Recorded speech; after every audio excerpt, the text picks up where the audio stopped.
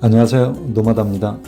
오늘부터는 지난 영상 처음 떠나는 자유여행 가이드 1편을 통해서 이제 자유여행을 하기로 결정하신 분들을 위해 다음 단계로 여행계획 세우는 방법에 대해 말씀드리겠습니다. 여행이라는 들뜬 마음에, 즐거운 마음에 계획? 그런 게 필요해? 그냥 가면 되지 무슨 계획은? 하실 수도 있는데 처음 자유여행을 하는 거라면 꼭 여행계획을 세워보시라고 권하고 싶어요. 물론 시간이 많이 걸리고 머리가 복잡해질 수도 있어요. 여행 계획을 세우면 어떤 점이 좋을까요? 첫째, 계획 쓰는 자체가 가장 좋은 공부입니다. 여행이 가장 설레이는 것은 현재 갔을 때보다 오히려 준비 기간입니다. 여행 계획을 세우기 위해 다양한 정보들을 수집하고 정리하는 과정에서 많은 것을 공부하게 됩니다. 하고 싶은 여행을 계획하는 거라서 공부 자체가 즐겁죠. 둘째, 타임 스케줄로 시간과 경비를 효율적으로 사용할 수 있습니다. 동선을 효율적으로 설계해서 시간을 효율적으로 쓸 수 있고 효율적인 이동수단을 선택해서 경비를 절감할 수도 있습니다. 셋째, 준비물과 들러야 할 것 등을 빠뜨리지 않습니다. 비교적 많은 경험이 있음에도 불구하고 저는 아직도 현지에 가보면 안 가져온 것이 있어 아쉬워하거나 현지에서 구입해야 하는 경우도 종종 있습니다. 여행을 다녀와서 보면 꼭 둘러봐야 할 곳을 빠뜨리는 경우도 있고요. 그런데 여행 경험이 쌓이다 보면 이런 복잡한 과정들이 점점 단순화해져서 다음 여행을 준비하기가 훨씬 수월해집니다. 여행 계획 세우는 것이 물론 이렇게 좋은 점도 있지만 지나치게 디테일하고 많은 정보에 욕심을 내다 보면 여행 자체가 타이트해질 수도 있습니다. 그것이 오히려 여행을 피곤하게 만들 수도 있으니 본인의 체력과 시간을 안배하는 것이 중요합니다. 그러면 이제 일반적인 여행 계획 세우기 절차와 방법에 대해 말씀드리겠습니다. 제일 먼저 해야 할 일은 여행의 목적을 설정하는 일입니다. 고기를 잡을 때에도 잡으려는 고기의 종류에 따라 알맞은 그물이나 낚시를 골라야 하듯이 여행 목적이 분명해야만 여행 형태나 준비사항이 달라집니다. 자유여행을 시작하기 전에 꼭 여행 목적을 설정하세요. 시간 여유도 있고 현재의 삶이 피곤해서 힐링 여행을 할 것인지, 특정 지역의 문화에 관심 있는 여행인지, 음식에 관심이 있다든지, 여행에서 얻고자 하는 것이 무엇인지 생각해보고 그에 맞는 일정과 계획을 세워보세요. 목적이 명확하다면 여행 중에도 더욱 즐거울 것입니다.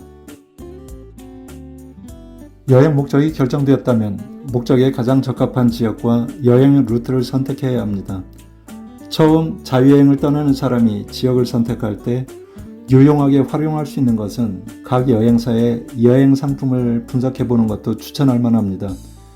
그 지역의 대표적인 관광지를 선택해서 둘러볼 수가 있거든요. 저도 처음 여행할 때는 그랬습니다. 그러다가 여유가 되면 곁가지로 빠져서 좀 더 다양한 볼거리들을 찾아 나서게 되죠. 물론 여행 상품에 있는 여행지가 너무나 일반적이어서 식상했다면 각종 SNS나 여행 유튜브에서 잘 알려지지 않은 지역을 선택할 수 있습니다. 여행 블로그나 여행 유튜브의 여행자들은 일반적인 여행지보다 여행 상품에 잘 알려지지 않은 생소한 곳을 여행하기 때문에 신선한 여행지의 다양한 정보들을 수집할 수 있습니다. 자유여행자에게 가장 유용한 도구 중 하나는 지도입니다. 전 세계적으로 널리 사용하는 구글 맵스 등을 활용해서 찾아갈 곳과 동선을 정리한다면 효과적으로 계획을 세울 수 있습니다.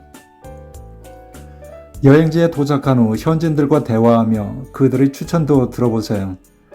관광객들이 많이 찾는 유명한 장소뿐만 아니라 여행객과 현지인들만이 알고 있는 숨은 보석 같은 장소를 찾아보세요. 맛집도 현지인 맛집이 더 싸고 맛있고요. 볼거리도 풍부해집니다. 우리도 우리가 사는 지역에 외부인이 여행 오면 소개해 줄 수 있는 맛집과 볼거리들이 있잖아요. 저도 기억에 남는 것은 루마니아의 수바타라는 곳에 갔을 때 시설이 좋고 비싼 유명한 소금 온천이 있었지만 현지인과 함께 찾아갔던 진짜 소금 온천에서 그것도 무료로 책 읽을 수 있겠어? 현지인들과 한낮을 즐겼던 경험이 아직도 즐거운 추억으로 남아 있습니다. 자유여행은 현지 문화를 경험하는 좋은 기회입니다. 현지 음식을 맛보고 전통적인 축제나 공연에 참여해보세요. 현지인들과 교류하며 그들의 생활 방식과 가치관을 이해하는 데에도 도움이 됩니다. 요즘의 대표적인 관광지뿐만 아니라 현지인들의 생활 모습, 문화, 예술 등 소소한 것에서부터 전문적인 것까지 자료가 참 많습니다. 아는 것만큼 보인다고 하죠. 사전에 현지에 대한 많은 문화적인 내용들을 찾아보십시오. 문화인류학적 서적이나 글들은 현지인들의 삶을 이해하는 데 많은 도움을 주었습니다. 효율적인 이동수단은 그만큼 피로와 시간을 줄여줍니다. 자유여행자가 일반적으로 이용하는 교통수단은 비행기, 버스와 열차, 배, 그리고 자전거를 주로 이용합니다. 첫 자유여행을 유럽에서 하시는 분들이 많습니다. 볼거리, 이동수단 등이 잘 발달했기 때문이죠. 그래서 유레일 패스를 이용하는 분들이 많습니다. 유레일 패스는 확실히 단기간 경제적으로 열차를 이용하는 데 효과적입니다. 그런데 유레일 패스가 무조건 경제적인 것만은 아닙니다.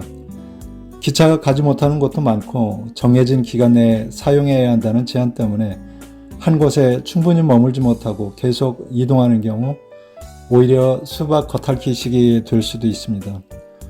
여행 계획을 세울 때 동선을 잘 짜야 합니다. 2사람 이상이라면 자동차 여행이 더 효과적일 수도 있으니 생각해 보시기 바랍니다. 렌트를 할 수도 있고 유럽에서는 리스로 자동차를 저렴하게 이용할 수도 있습니다. 렌트와 리스는 제 영상에서 비교해 놓은 것이 있으니 참고하시기 바랍니다. 시내 투어나 비교적 근거리를 여행한다면 자전거는 탁월한 선택이 될 수 있습니다. 체력을 아끼고 경비를 아끼고 시간을 아껴 구석구석 둘러볼 수 있는 것이 자전거거든요. 현지에서 빌려 탈 수도 있으니 적극 추천합니다. 여행 중 가장 중요한 요소 중 하나는 숙박입니다. 호텔만이 아닌 다양한 숙박시설, 즉 에어비앤비나 호스텔, 게스트하우스 등 숙박시설을 이용하면 더 저렴하게 숙박할 수 있으며 현지인들과 교류할 기회도 늘어납니다. 요즘엔 대부분 숙박 앱을 사용하는 것이 일반적이지만 숙박 앱에 없는 숙박 형태들도 엄청 많습니다. 꼭 경제적인 것만 추구하지 말고 현지의 독특한 형태의 숙소를 찾아보는 것도 여행의 경험을 더 풍부하게 해줄 수 있습니다. 다음으로 꼭 해야 할 일은 여행자의 불안 요소를 알아보는 것입니다. 아무리 좋은 여행이라도 사고나 소매치기 등 치안이 불안하다면 여행을 망칠 수 있습니다.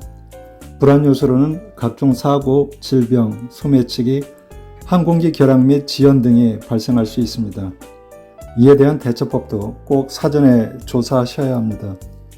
대표적으로는 외교부의 해외여행정보 사이트에 보시면 많은 정보들이 있고 여행 중에 만나는 또 다른 여행자들의 정보도 많은 도움이 됩니다. 아프리카, 동남아시아, 남미 등은 풍토병도 있으니 필요할 경우 예방접종도 하셔야 합니다. 여행을 다녀와서 여행 경험을 어떻게 정리할 것인가도 매우 중요합니다.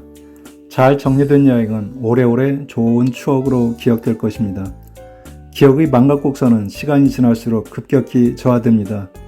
따라서 여행의 기록을 글로 남길 수도 있고 포토뷰나 앨범같이 사진을 정리할 수도 있고 요즘엔 비디오로 편집해서 보관할 수도 있습니다.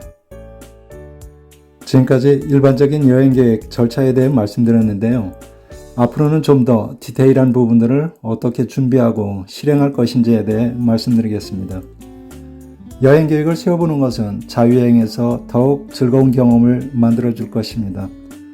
여행 중에는 항상 안전에 주의하며 현지 법규와 관습을 준수하는 것도 잊지 마세요. 오늘도 애청해 주셔서 감사합니다.